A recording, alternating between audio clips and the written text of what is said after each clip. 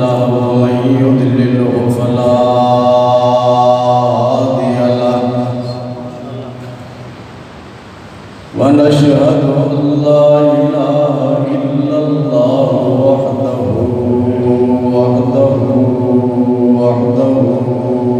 لا شريك له لا ند له ولا ضد له ولا مثل له ولا مثال له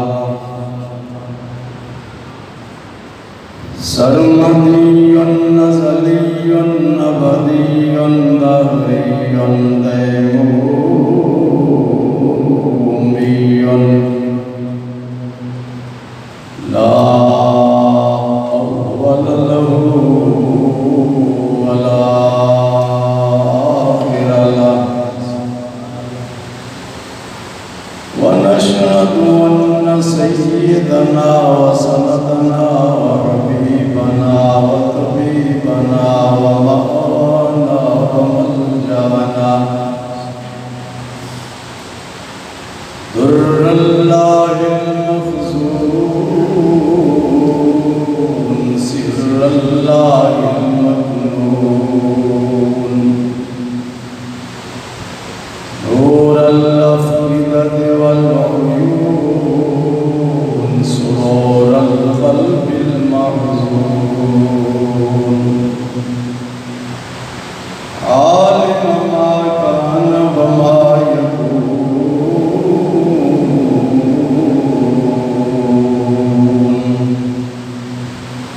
سيدنا ومولانا محمدا عبده ورسوله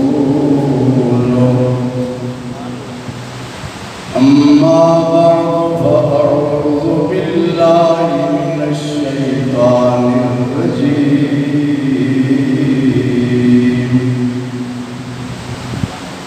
بسم الله الرحمن الرحيم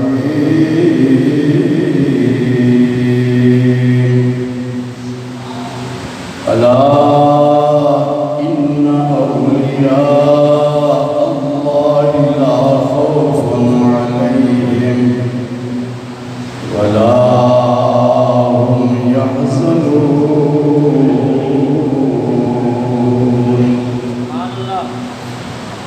الذين آمنوا وكانوا يتقون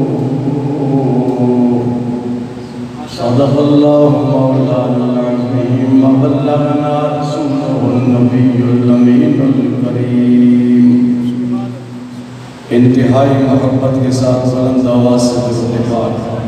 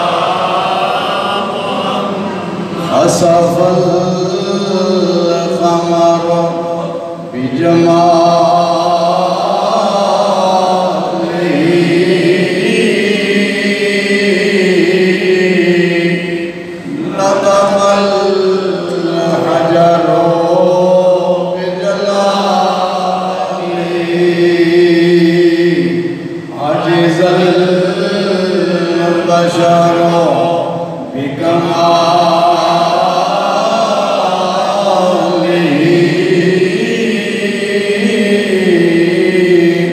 صلوا عليه وآله صل على نبينا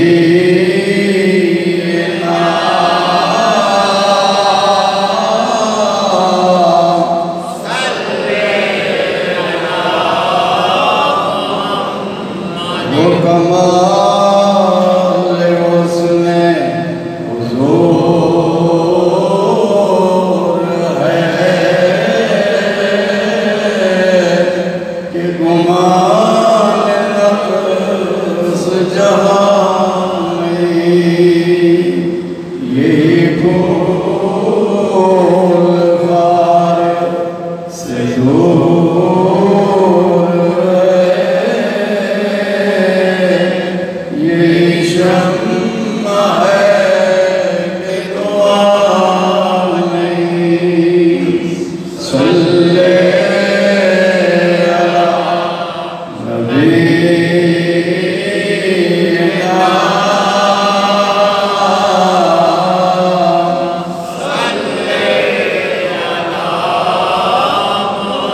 کرمد اہل والرضا بڑے اس بلا میں میری بلا میں گدا ہوں اپنے کریم کا میرا دین پار رہنا نہیں صلی علی نبینا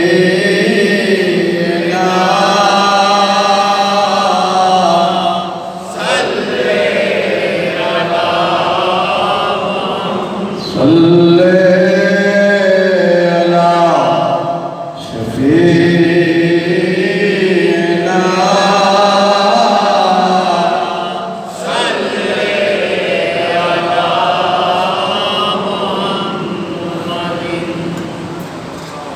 بزرگوں، بھائیوں، عزیزوں، تقریر کا موضوع ہے عظمت اولیاء کرام۔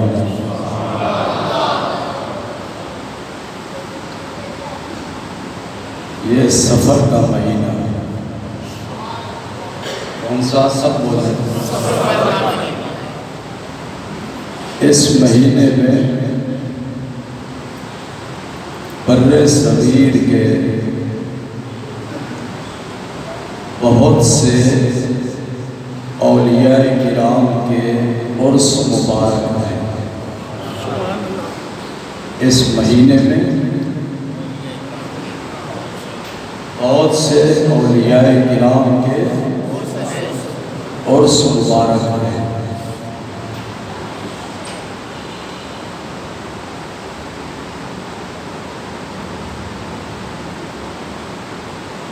اللہ تعالیٰ نے قرآن مجید میں اولیاء کرام کی عظمت کو، شان کو، بزرگی کو اور ان کے مقام کو قرآن مجید میں بیان فرمایا ہے۔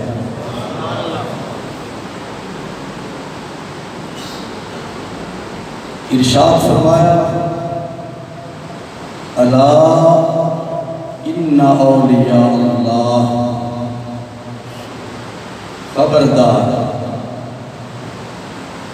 بے شک اللہ کے ولی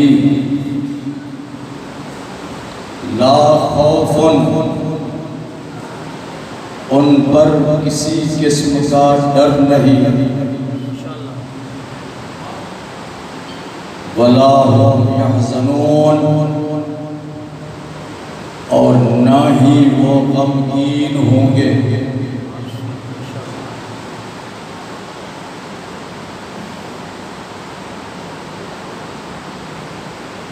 الذین آمنوا،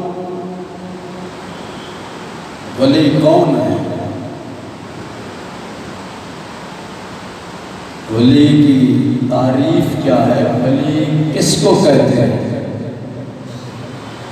فرمایا الذین آمنوا، وہ لوگ ہیں جو ایمان لائے، وَقَانُوا يَتَّقُونَ، اور وہ متقی ہیں۔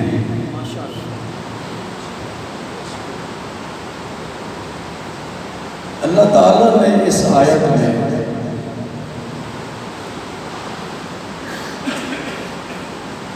جس عظمت والی جماعت کا ذکر فرمایا ہے،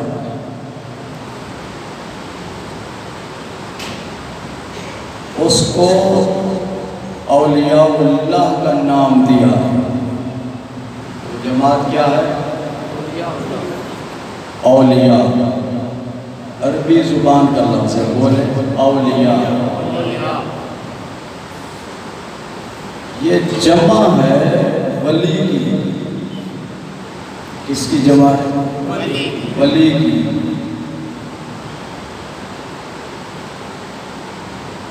اور عربی میں لفظ ولی کے 17 معنی ہیں۔ لفظ ایک ہے، معنی 17۔ لفظ ایک، معنی 17 ہے۔ یہ عربی زبان کی خصوصیت ہے۔ عربی زبان کی خصوصیت ہے کہ اس کے کئی لفظ ایسے ہیں، لفظ ایک ہوتا ہے اور اس کے کئی معنی ہوتے ہیں، کئی معنی ہوتے ہیں۔ لفظ ولی اس کے 17 معنی ہیں۔ کتنے؟ منظور صاحب بولیں۔ 17 معنی۔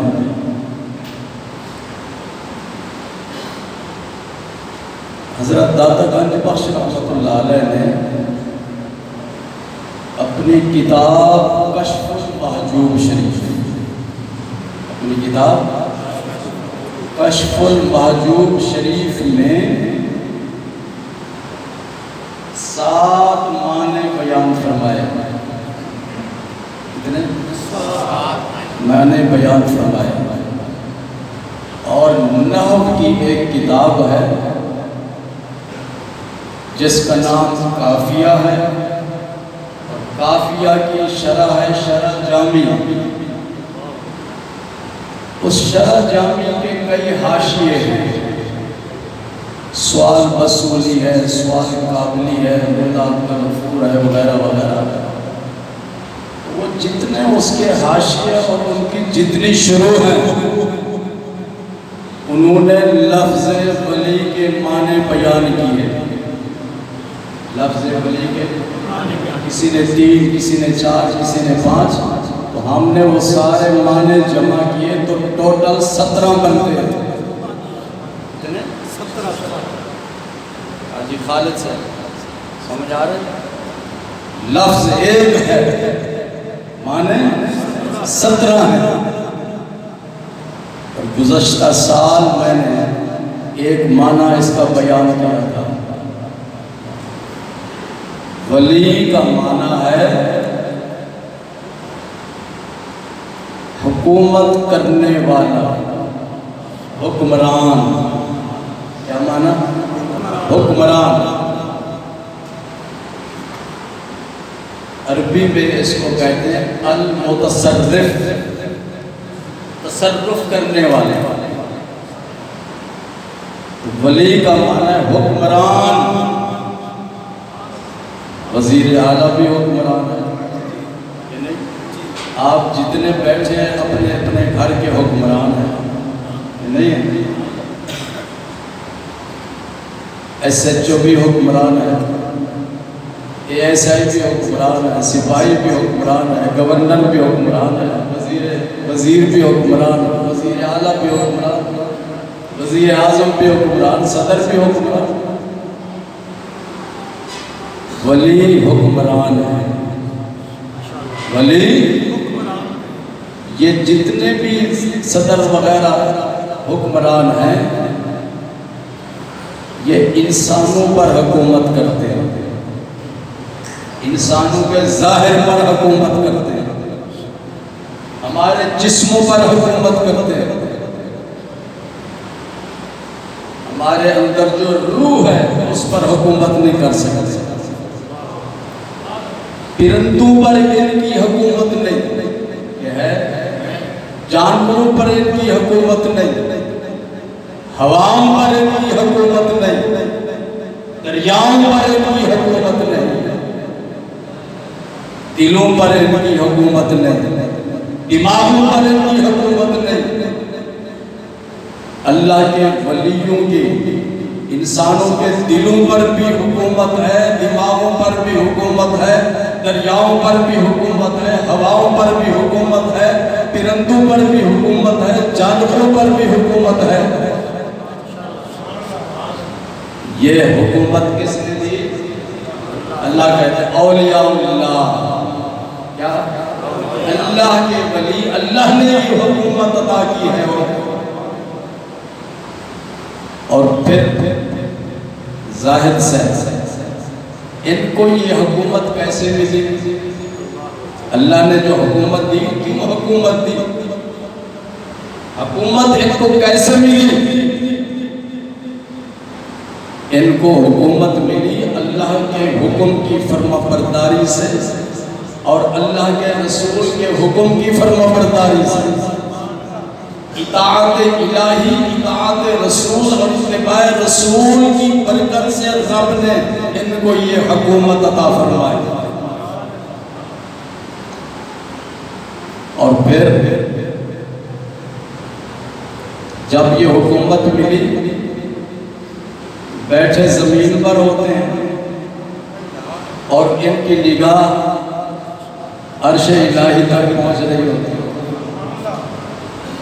کائنات کی کوئی چیز ان کی نگاہوں سے پوشیدہ نہیں ہے.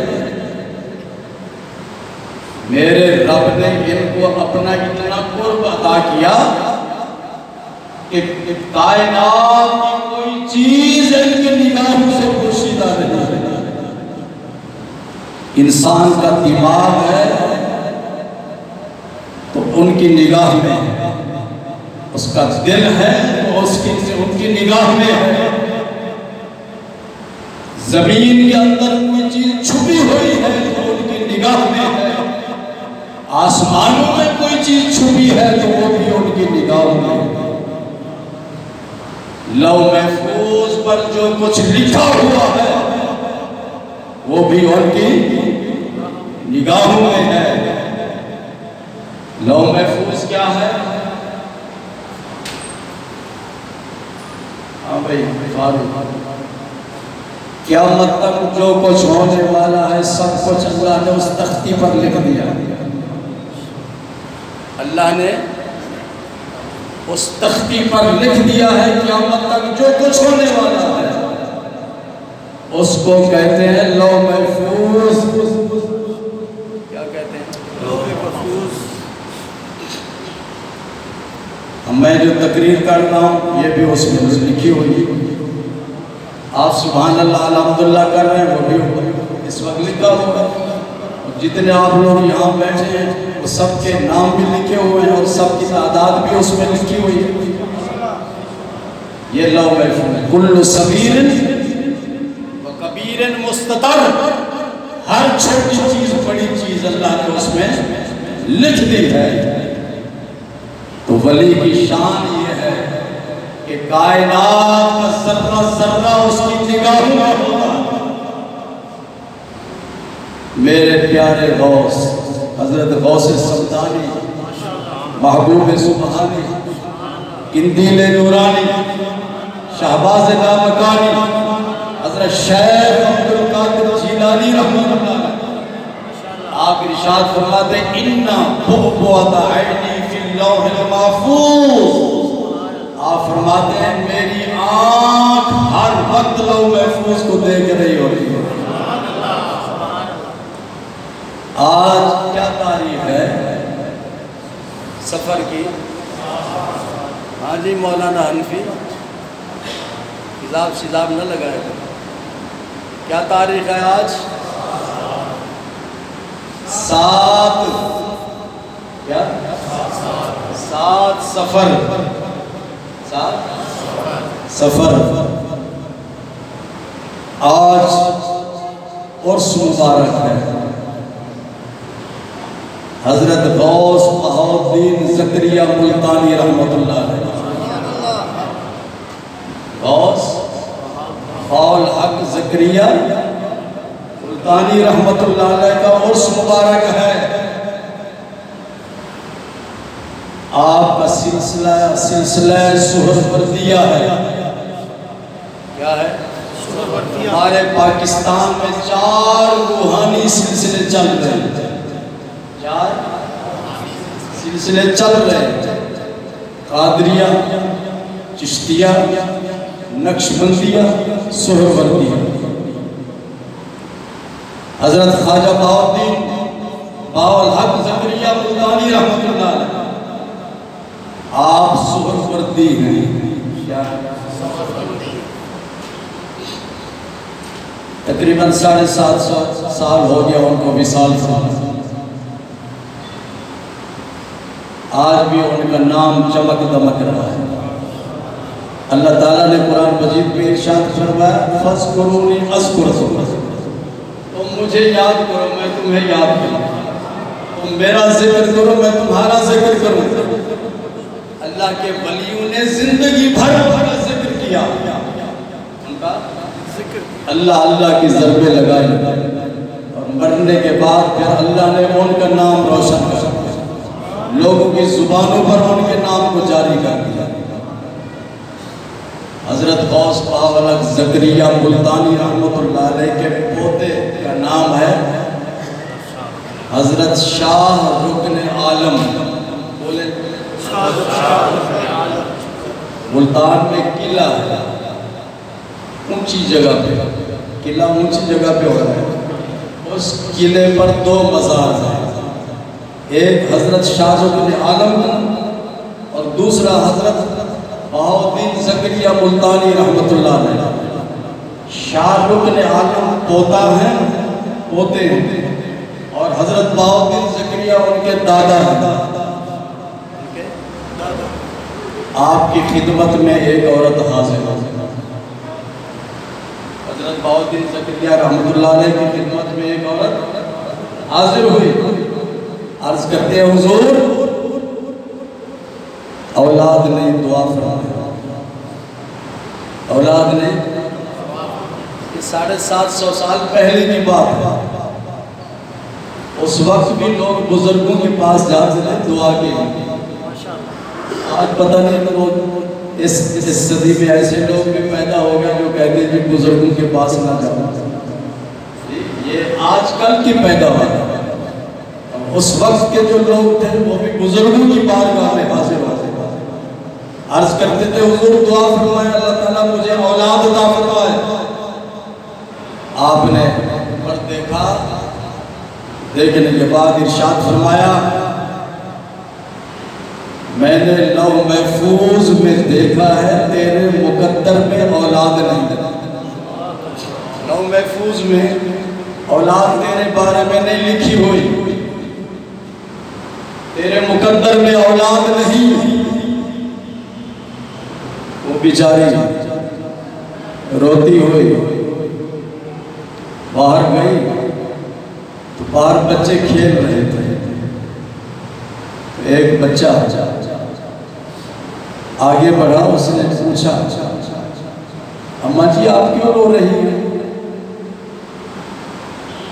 تو اس نے عرض کیا کہ میں بزرگوں کی خدمت میں حاضر ہوئی تھی کہ میرے لیے دعا کریں کہ اللہ تعالیٰ مجھے اولاد عطا فرمائے، اور انہوں نے مجھے مایوس کر دیا، اور اور کہا کہ تیرے مقدر میں اولاد نہیں، میں نے لوح محفوظ میں دیکھ لیا ہے، لوح محفوظ میں دیکھ لیا ہے، تیرے مقدر میں اولاد نہیں ہے۔ اس بچے نے کہا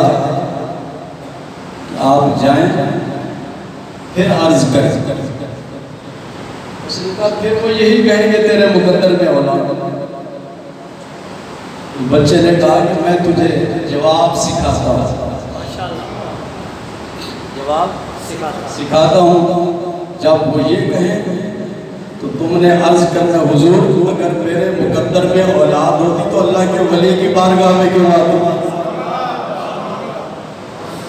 ولیوں کی بارگاہ میں تو مقدر سمجھتے ہیں، مقدر بنتے ہیں، لیکن میرا نہ بتانا۔ تو بچے نے مجھے یہ جواب دوبارہ حاضر ہوئی، عرض کیا حضور دعا فرمائے اللہ تعالیٰ مجھے ایک بچہ عطا فرمائے۔ آپ نے فرمایا میں نے تجھے پہلے ہی کہہ دیا تھا کہ تیرے مقدر میں اولاد نہیں، تو پھر آگے عرض کرتے حضور اگر میرے مقدر میں اولاد ہوتی تو میں اللہ کے ولی کے دروازے میں کیوں آتا؟ حضرت نے جب یہ سنا تو آپ وجد میں آ گئے، جلال میں آ گئے۔ آپ نے فرمایا اچھا تم ہماری ولایت کو چیلنج کرتے ہو؟ فرمایا جاؤ یک دادم میں نے تجھے ایک بیٹا دیا۔ میں نے حاجی صاحب کیا کہا؟ میں نے فارسی بولتے تھے، میں نے تجھے ایک بیٹا دیا۔ یہ نہیں کہا میں نے اللہ سے تجھے ایک بیٹا لے کر دیا۔ سمجھ آ رہی ہے؟ فرمایا میں نے تجھے ایک بیٹا دیا، اور وہ غلط نہیں کہا، قرآن مجید میں کس میں ہے؟ جب حضرت مریم نے حضرت جبریل علیہ السلام کو اپنے حجرے میں دیکھا، حالانکہ حجرے کو باہر سے تالا لگا ہوا تھا، تو وہ حیران اور پریشان ہو گئی کہ یہ انسان میرے کمرے میں کیسے آ گیا؟ حضرت جبریل علیہ السلام نے فرمایا انا رسول ربک، میں اللہ کی طرف سے آیا ہوں۔ میں اللہ کی طرف سے آیا ہوں۔ کیوں آیا ہوں؟ لِأَحَبَ لَكَ غُلَامًا زَكِيًّا۔ قاری صاحب ہے یہ آیت کے نہیں؟ لِأَحَبَ لَكَ غُلَامًا زَكِيًّا، میں اس لیے آیا ہوں تاکہ تجھے پاکیزہ بیٹا عطا کروں۔ کس نے کہا؟ میں کس لیے آیا ہوں تاکہ تجھے پاکیزہ بیٹا عطا کروں۔ جبریل نے اپنی طرف نسبت کی، تو یہ مجازی نسبت ہوتی ہے۔ دینے والا تو اللہ تعالیٰ ہوتا ہے، دینے والا تو اللہ تعالیٰ ہوتا ہے، شفا دینے والا اللہ تعالیٰ ہوتا ہے، ڈاکٹر اور حکیم اس کا وسیلہ بنتے ہیں۔ تو حضرت بہاؤالدین زکریا ملتانی رحمت اللہ علیہ جن کا آج کل عرس ہو رہا ہے، تو آپ نے ارشاد فرمایا یک دادم میں نے تجھے ایک بیٹا دیا، پھر فرمایا دو دادم میں نے تجھے دو بیٹے دیے، پھر فرمایا سہ دادم میں نے تجھے تین بیٹے دیے، پھر فرمایا چہار دادم چار بیٹے دیے، پھر فرمایا پنج دادم پانچ بیٹے دیے، پھر فرمایا شش دادم چھ بیٹے دیے، پھر فرمایا ہفت دادم سات بیٹے دیے، پھر ارشاد فرمایا ہشت دادم آٹھ بیٹے دیے، پھر ارشاد فرمایا نو دادم نو بیٹے دیے، پھر فرمایا 10 دادم تجھے 10 بیٹے عطا کیے۔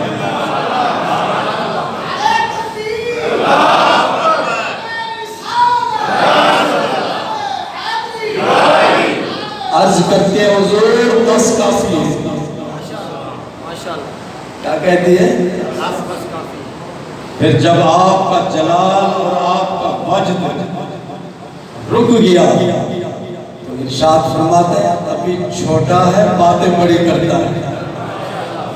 ابھی اپنے پوتے کے بارے میں ارشاد فرماتے ہیں ابھی چھوٹا ہے باتیں بڑی کرتا ہے۔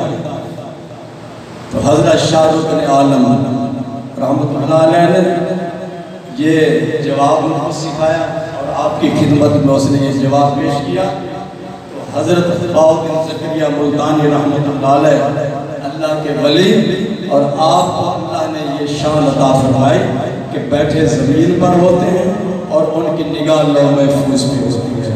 جو کچھ بھی لوح محفوظ میں لکھا ہے سب کچھ وہ پڑھ رہے ہوتے ہیں. لوح محفوظ کہاں ہے؟ 7 آسمانوں سے اوپر. خادم کہاں ہے؟ بولو. عرش الہی کے نیچے اور 7 آسمانوں سے اوپر. دعا ہے کہ اللہ تعالیٰ بیٹھ رہے ولیوں کی شان کو سمجھنے کی توفیق عطا فرمائے. ولی خدا نہیں. ولی خدا نہیں، خدا سے جدا بھی نہیں. خدا نہیں، خدا سے جدا نہیں. ضروری اعلان یہ ہے کہ ہم نے اپنی اس مسجد میں نئے قاری صاحب رکھے ہیں، نئے جو عالم بھی ہیں اور قرآن مجید حفظ کرواتے ہیں تجوید کے ساتھ. اس کے ساتھ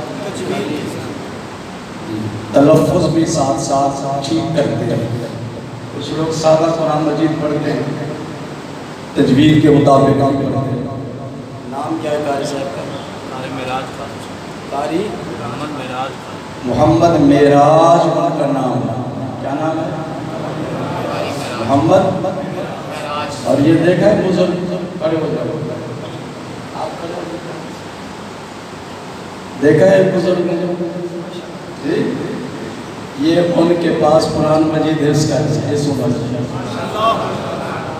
آپ اپنے بچوں کو نہیں بھیجتے اس مسجد میں اور یہ بزرگ دیکھیں یہ قرآن مجید حفظ کر رہے ہیں.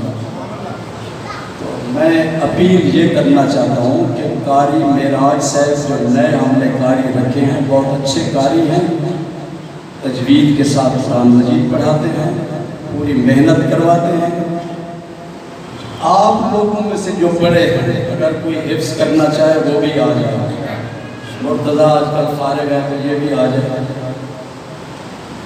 جو لوگ بڑے عمر کے لوگ ہیں وہ بھی اگر قرآن مجید حفظ کرنا چاہیں وہ آ جائیں.